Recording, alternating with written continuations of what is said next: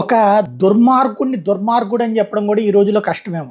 ఉత్తరప్రదేశ్‌లో కాంగ్రెస్ పార్టీ చేసిన తప్పుడు ప్రచారానికి సంబంధించినటువంటి అంశం ఇది. ఇది ఒక ముస్లింని హింసించారు అన్నటువంటి ప్రొజెక్షన్ చేసుకొచ్చారు. దీని మీద పార్థసారథి పొట్లూరు గారికి సంబంధించిన ఒక కథనం చూద్దాం. ఉత్తరప్రదేశ్‌లో కాంగ్రెస్ పార్టీ చేసిన తప్పుడు ప్రచారం వల్ల ఎంత అనర్థం జరుగుతుందో ఈ సంఘటన ఒక ఉదాహరణ. ఉత్తరప్రదేశ్‌లో టోల్ ట్యాక్స్ కట్టమని అడిగినందుకు మహమ్మద్ సాజిద్ అలీ తన జేసీబీతో ఏకంగా టోల్ బూత్‌నే ధ్వంసం చేసేశాడు. వెంటనే పోలీసులు రంగంలోకి దిగి సాజిద్ అలీని అదుపులోకి తీసుకుని జేసీబీని సీజ్ చేశారు.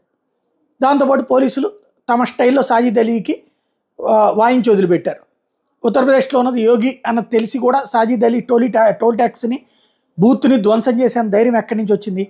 అయితే కాంగ్రెస్ పార్టీ సోషల్ మీడియాలో మార్ఫింగ్ చేసిన వీడియోలు ఎట్లా ఉంటాయంటే, రాహుల్ ప్రధానమంత్రిగా ప్రమాణ స్వీకారం చేస్తున్నట్టు బ్యాక్గ్రౌండ్లో సెక్యూరిటీ ఫోర్స్ ఉన్నట్టుగా చూపిస్తూ వీడియోలు వైరల్ చేశారు. అలాగే సాజిద్ అలీ అది నిజమని నమ్మి మన ప్రభుత్వం అధికారంలోకి వచ్చింది కాబట్టి మనం టోల్ ట్యాక్స్ కట్టడం ఏంటి అనేటువంటి ధీమా అతన్ని ఆ పని చేయించింది.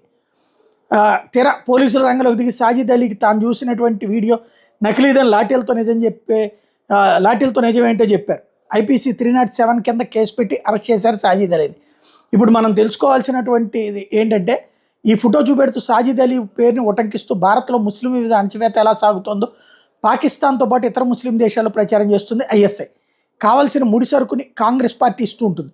ఏదో కామెడీ కోసం చేయట్లేదు కాంగ్రెస్ పార్టీ. చాలా పకడ్బందీగా భారత్ మీద విద్వేషం పుట్టించడానికి చేస్తున్న కుట్రలో భాగమే సాజిద్ అలీ ఉదంతం.